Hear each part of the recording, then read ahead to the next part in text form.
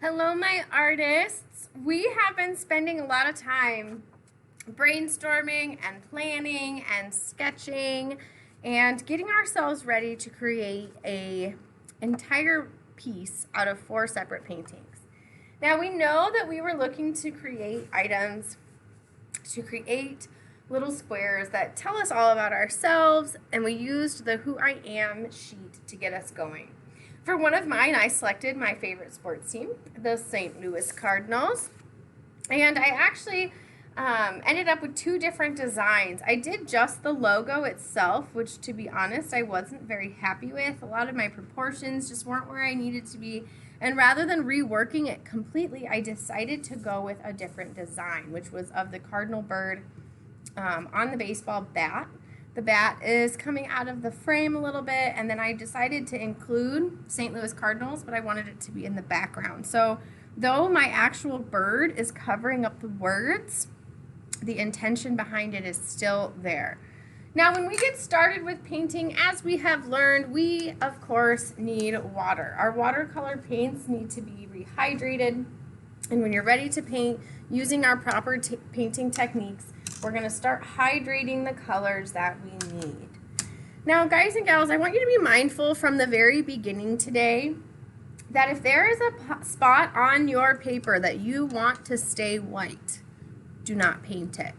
Some of those very bright highlights that we might be looking for, maybe you have, like for example, on my bird, if I had a white feather or a white highlight, I would want to maintain that, and I would want to keep that paper as clean as possible in those spots.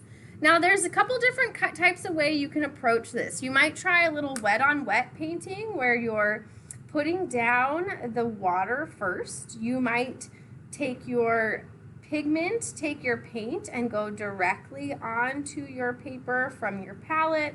You could also try different textures or scumbling, as we've seen in some of our examples. I'm going to start off with a little wet on wet painting. I want to get a base layer of this red down first. So I've added my layer of water, and now I'm just placing my pigment onto my bird.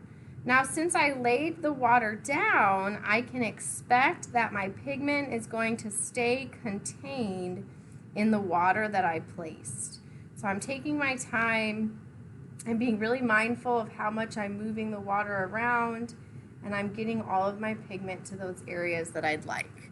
Now, this looks a little funky here. I'm gonna see if we can adjust. We've just got a shimmer here from the lighting in the room, so it's kind of making that pigment look a little funky, but that's the reflection that we see. Now, as I come in, I'm going to clean my brush, make sure I'm getting it all the way clean before moving into my next color. And this time, rather than water first, I'm going to go pigment directly onto the paper. Now, you can see here, that's quite a difference.